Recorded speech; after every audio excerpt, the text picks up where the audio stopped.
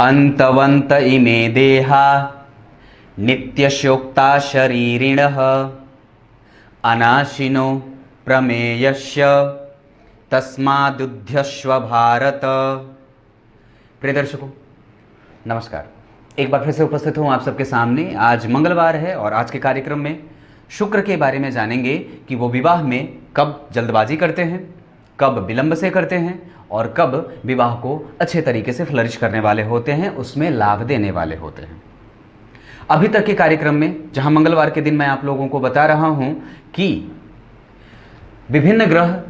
विवाह के लिए कितने जिम्मेदार होते हैं, और इस कड़ी में हम लोग अभी तक सूर्य से लेकर के गुरु तक की चर्चा कर चुके हैं, जिसमें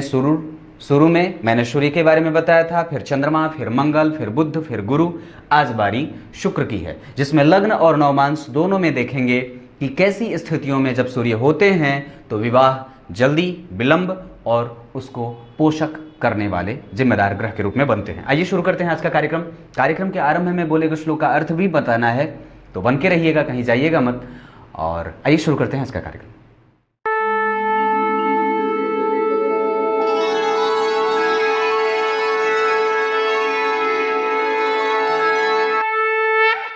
आइए अब आपको सीधे मुद्दे पे लेके आता हूं। ध्यान से समझिएगा तो एक एक चीजें, सारी बातें बहुत अच्छे तरीके से दिमाग में उतर जाएंगी और फिर आप आराम से अपनी कुंडली खुद से समझ और सीख सकते हैं। सामान्यतः विवाह के लिए शुक्र को ही देखा जाता है किसी भी जातक की कुंडली में, और कम से कम स्त्रियों की कुंडली में या जातिकाओं की कुंडली में भी इनको जरूर देख लेना चाहिए, क्योंकि वो विवाह को अच्छे तरीके से और दाम्पत्य को अच्छे तरीके से फ्लरिश करने वाले ग्रह के तौर पर समझे जाते हैं। एक बात बताता हूं, कभी भी याद रखिएगा, जो निकटस्थ रहा है आपका आरंभ में, उसको हमेशा अपने निकट ही रखने की आवश्यकता होती है, चाहे वो आपके हित हों या चाहे मित्र। ये बात बहुत गंभीर है, तो विचार करके देखिएगा। आपके मित्र जो आपके बचपन में आपके साथ पढ़ते थे, पिछली बार आपने उनसे कब बात करी थी? याद भी है या भूल गए उन्हें? आप याद कर लीजिए। आइए फिलहाल ये याद कर लेते हैं। लग्न कुंडली में और नवमांश में जो भी चीजें बताऊंगा वो दोनों में समतुल्य होंगी, मतलब यहां पे भी वही बात लागू होगी और यहां भी वही बात लागू होती है। सबसे पहले जो समझने वाली बात है कि आपकी कुंडली में विवाह के लिए कौन कौन से भावों का मजबूत होना जरूरी है, और अगर वो भाव कमजोर हो जाते हैं तो निश्चित रूप से कहीं ना कहीं विवाह के लिए थोड़ा परेशान करते हैं। होता क्या है कि सामान्यतः लग्न कुंडली में आप जब देखते हैं तो सारी ग्रह स्थितियों को अगर विचार करते हैं तो ठीक बनता है, उसमें कहीं से भी कोई परेशानी नहीं दिखती है। परंतु हम नक्षत्रों पे जाकर के नहीं देखते कि आखिर जो भाव बताऊंगा उस नक्षत्रों के अधिपति की या उस नक्षत्र की स्थिति कैसी है, नवमांश में वो ग्रह कैसे बैठा है, उसको नवमांश में कौन सा भाव मिला है, उसके बाद नवमांश के बाद दृश्यकाण देख लीजिए, उसकी स्थिति कैसी है, वो ग्रह आपके भाग्य के लिए कितना सपोर्टिव है, ये देख लेना जरूरी है। इसीलिए सामान्यतया कहता हूं मैं, अपनी कुंडली को देखने और दिखाने से पहले कुंडली को वक्त में ना बांधिए, समय सीमा से परे जाकर के कुंडली को देखना होता है। और यही कारण है कि आजकल लोगों का ज्योतिष पर से जो भरोसा उठा है वो निश्चित रूप से यही है, क्योंकि उसकी कुंडली सही से और बेवक्त वक्त देखी गई है। आइए बताता हूं पहले ये कि कौन कौन सा भाव विवाह के लिए मजबूत होना जरूरी है, और अगर वो कमजोर होगा तो विवाह को कमजोर करता है या देर से कारण बनता है। पहले बात ये बता रहा हूं कि विवाह विलंब से क्यों होता है, उसके बाद बताऊंगा कि जल्दी कैसे होता है, और अगर वो हो भी जाता है तो कब अच्छा चलता है और कब बुरा, ये अंतिम के हिस्से में जानेंगे। सबसे पहले विवाह के लिए लग्न, द्वितीय, चतुर्थ, पंचम, सप्तम, नवम और एकादश, अगर इन भावों के अधिपति या इन भाव से जो ग्रहों का या जिस ग्रहों का संबंध बन रहा हो, या इन भावों के अधिपति अगर कमजोर होते हों, या इन भावों में कोई भी नीच का ग्रह बैठा हो, या इन भावों में जो भी ग्रह बैठे हों वो जिस ग्रह में जिस राशि में बैठे हों उस राशि का अधिपति कमजोर होता हो, या इन भावों में अगर जो ग्रह बैठा है वो जिस नक्षत्र में बैठा है उस नक्षत्र का अधिपति अगर नीच का होकर के बैठा हो, या फिर अगर इन भावों के अधिपति क्रमशः अगर किसी वक्री ग्रह के साथ, किसी नीच ग्रह के साथ या किसी भी ऐसे ग्रह के साथ बैठे हों जिनका नीचत्व भंग न होता हो, और ये सेम स्थिति यहां भी होगी, लग्न, द्वितीय, चतुर्थ, पंचम, सप्तम, नवम, एकादश, यहां भी वो स्थिति सेम होगी। और उसके बाद अगर इन भावों के अधिपति, मैं बता रहा था, वक्री ग्रह के साथ, किसी नीच ग्रह के साथ बैठे हो जिसका नीचत्व भंग ना होता हो, या फिर अगर इन भावों के अधिपति क्रमशः इसके साथ बैठे हो, द्वितीयेश के साथ, तृतीयेश के साथ बैठे हो, छठे भाव के अधिपति के साथ बैठे हो, या अष्टम के अधिपति के साथ बैठे हो, या 12वें के अधिपति के साथ बैठे हो, तो भी विवाह विलंब से कराते हैं। उसके बाद अगर जहां जहां मैंने कट का निशान लगाया है, अगर इन भावों के अधिपति अस्त होते हो, या फिर अगर इन भावों के अधिपति शनि, मंगल, राहु, केतु के साथ जा रहे हों या उनसे दृष्ट हो रहे हों, विशेषतया अब अगर गौर करने वाली बात है कि इनके अलावा अगर लग्न के अधिपति, अगर लग्न के अधिपति या द्वितीय के अधिपति, पंचम के, सप्तम के और नवम के अधिपति, अगर इन भावों के अधिपति अस्त हो, कमजोर हो,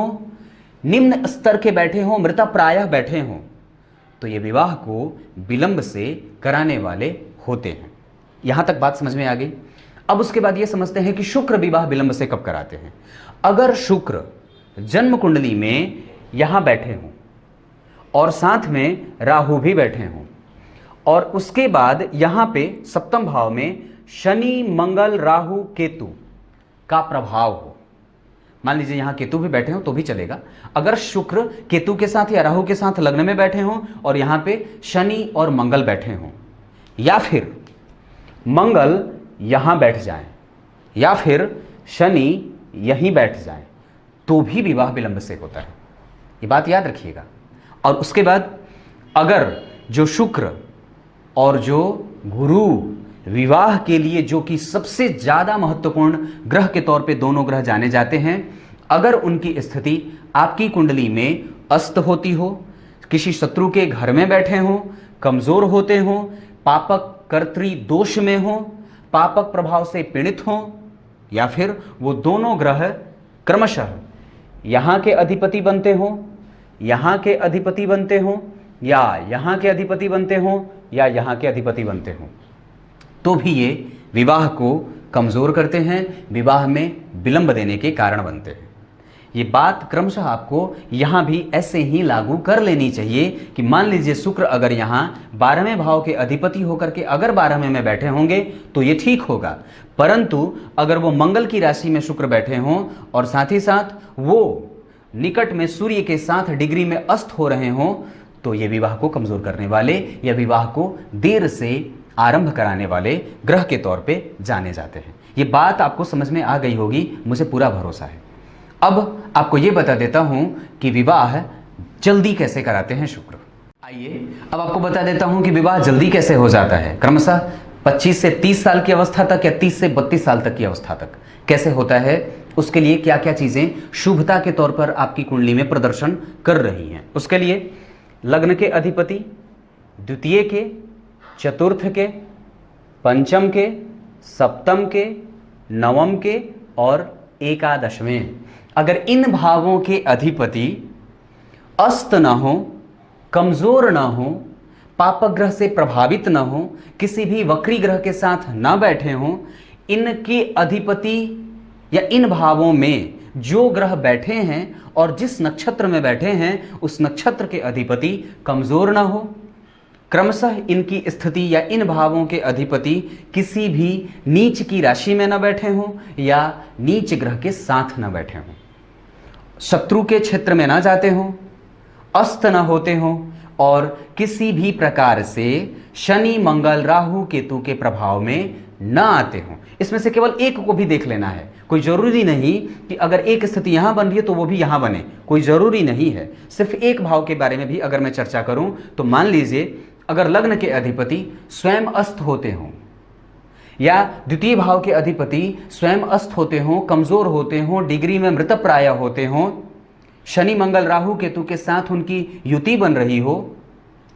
जिस नक्षत्र में वो बैठे हैं उस नक्षत्र का अधिपति अगर कमजोर होता हो, ठीक वही स्थिति चतुर्थेश के साथ भी होती हो कि चतुर्थ भाव के अधिपति यहां खुद जो है वो अच्छी स्थिति में ना बैठे हों, उनके नक्षत्र के अधिपति से उनको बल ना मिल रहा हो, जिस राशि में बैठे हैं उस राशि का अधिपति स्वयं कहीं बैठ करके कुंडली में नीचत्व और नीच की स्थिति में बैठा हो और उसका नीचत्व भंग ना होता हो। साथ ही साथ अगर ये स्थितियां किसी भी भाव के अधिपति के साथ ये घटित हो रही होंगी तो विवाह देर से होता है, और अगर ये नहीं होती हो तो जल्दी हो जाता है। बात समझ में आई? उसके बाद विवाह जल्दी कैसे हो जाता है? अगर कहीं से भी शुक्र की स्थिति लग्नेश के साथ हो, इसके साथ हो, द्वितीय भाव के अधिपति के साथ हो, चतुर्थ, पंचम या सप्तम या एकादशवें भाव के अधिपति के साथ अगर शुक्र बैठे हों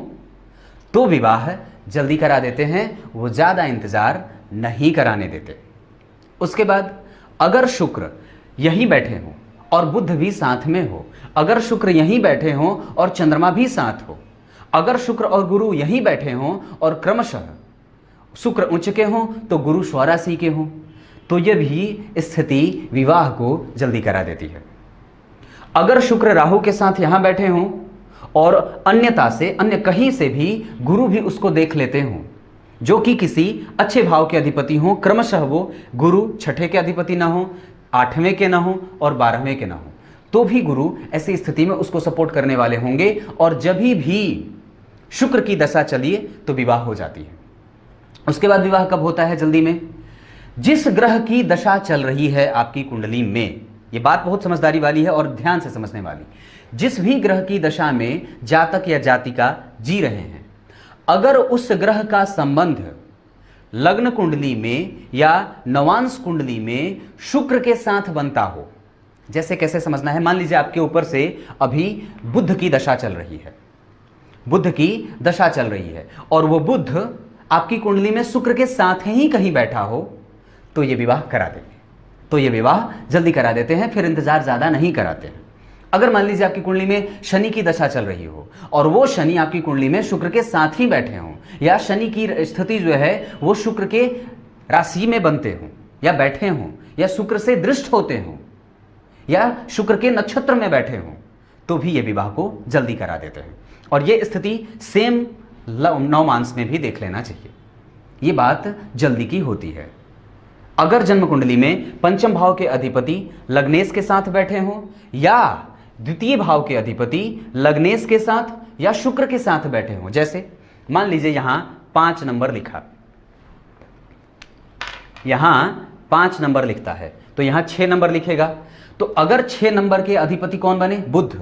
और अगर बुध सूर्य के साथ यहीं बैठ जाए तो भी ये विवाह जल्दी कराते हैं, फिर भी विवाह विलंब से नहीं होता है। और अगर उसकी स्थिति जैसे सूर्य और बुध की स्थिति कहीं से भी शुक्र के साथ, मान लीजिए शुक्र यहीं बैठे हों, तो भी विवाह जल्दी हो जाएगा। अगर दशा में कोई भी ग्रह चल रहा हो, जो ग्रह दशा में एक्टिव है, अगर वो कहीं से भी शुक्र के साथ संबंध बनाता हो या कहीं से भी अगर वो सप्तम भाव के अधिपति के साथ संबंध बनाता हो, तो भी विवाह जल्दी हो जाता है, उसमें विलंब नहीं होती है। ये बात विवाह के जल्दबाजी से होने की थी। यही स्थितियां नवमांस में भी देखनी है। कैसे? कि अगर लग्न के अधिपति, द्वितीय के अधिपति, पंचम के अधिपति, सप्तम के अधिपति या एकादशवें या 9वें भाव के अधिपति क्रमशः अगर शुक्र के साथ बैठे हों या अपने अपने स्थान का परिवर्तन कर रहे हों क्रमशः, तो भी ये विवाह जल्दी करा देते हैं। अगर नक्षत्रों का भी परिवर्तन क्रमशः इन भावों के अधिपतियों का हो जाए तो भी विवाह जल्दी से हो जाता है। उसके बाद अब विवाह जल्दी कैसे होता है? तो उसके लिए यह देख लीजिए कि आपकी कुंडली में सप्तम भाव में जो ग्रह बैठा है, सप्तम भाव पे जो ग्रह दृष्टि डाल रहा है, या सप्तम भाव में जो अंक लिखा है उस अंक के अधिपति की दशा चल रही है क्या? अगर यहां पे जो बैठा ग्रह, जो ग्रह की राशि बन रही, या जो ग्रह यहां देख रहा हो, साथ ही साथ जो यहां बैठा हो, या यहां पे जो अंक के अधिपति बनते हो, या यहां पे जो ग्रह देख रहा हो, अगर उसकी दशा चले और वो ग्रह भी अगर शुक्र के साथ बैठा हो तो भी विवाह जल्दी हो जाता है। ये बात समझने वाली है। अब आइए आपको ये बता देता हूं कि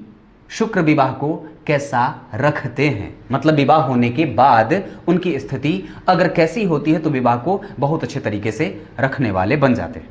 आइए अब आपको ये 2-4 ऐसी बातें बता देता हूं जिससे आप खुद से अपनी कुंडली में समझ सकें कि विवाह कमजोर या मजबूत कैसा है। सबसे पहले एक बात बताता हूं, विवाह के लिए शुक्र ही जिम्मेदार होते हैं और शुक्र ही ऐसे ग्रह के तौर पे जाने जाते हैं व्यक्ति की कुंडली में जो विवाह को फ्लरिश भी करते हैं, शांत भी रखते हैं और सूचिता के साथ उसको व्यवहारिक जीवन में निभा देते हैं। कैसे? अगर आपकी कुंडली में शुक्र कहीं से भी लग्न में बैठे हों और गुरु भी साथ में बैठे हों, या फिर शुक्र यहीं बैठे हों और गुरु भी यहीं बैठे हों, साथ ही साथ अगर लग्न के अधिपति के साथ शुक्र की स्थिति हो जाए तो विवाह विलंब से नहीं होता, आसान यूं ही हो जाता है और विवाह का सुख व्यक्ति सर्वोत्तम तरीके से भोग लेता है। साथ ही साथ अगर सप्तम के अधिपति शुक्र के साथ ही बैठे हों तो विवाह ठीक से चल जाता है, आराम से स्नेहपूर्वक बीत जाता है, दाम्पत्य का जीवन बुराई से और बुराई से युक्त नहीं होता है। उसके बाद पंचम के अधिपति और साथ ही साथ शुक्र, द्वितीय के अधिपति और साथ ही साथ शुक्र, अगर ये दोनों एक साथ बैठे हों और सिर्फ इन्हीं भावों में नहीं, अगर ये किसी भी भाव में बैठे हों, यहां तक कि 6ठे, 8वें, 12वें में भी बैठे हों तो भी विवाह अच्छे से चल जाता है, दिक्कत नहीं होने देते हैं। हाँ, ऐसी स्थिति में ये शुक्र कमजोर ना हो, अस्त ना हो, पीड़ित ना हो, पाप प्रभाव से जैसे शनि मंगल राहु केतु के प्रभाव में ना हो, तो ये विवाह को आसानी से यूं निभा देते हैं। ये स्थितियां बनती हैं। उसके बाद अगर लग्न के अधिपति, जो मान लीजिए आपकी कुंडली में यहाँ पे जो अंक मान लीजिए 5 नंबर दिखा, तो 5 अंक के अधिपति हो गए सूर्य, तो लग्न के अधिपति और द्वितीय के अधिपति एक साथ कहीं भी कुंडली में बैठे हों, या वो लग्न में हो या नौमांस में हो, तो भी ये विवाह को अच्छे तरीके से निभा देते हैं, उसमें भी विवाह को विलंब में नहीं ले जाते हैं। ये बात प्रमुखतया हमें समझ लेना चाहिए। अब आइए आपको कार्यक्रम के आरंभ में बोले गए श्लोक का अर्थ बता देता हूं। गीता के 2 अध्याय के 18वें श्लोक में भगवान ने आत्मा को अंतहीन बताया है, मतलब ये हमारा जो शरीर है वो अंत युक्त है और इस शरीर के अंदर रहने वाला जो शरीरी है वो अंत से मुक्त है। मतलब आत्मा जो हमारे शरीर के अंदर विचार करती है, विचरण करती है, स्थित है, वो स्वयं अंत से मुक्त है।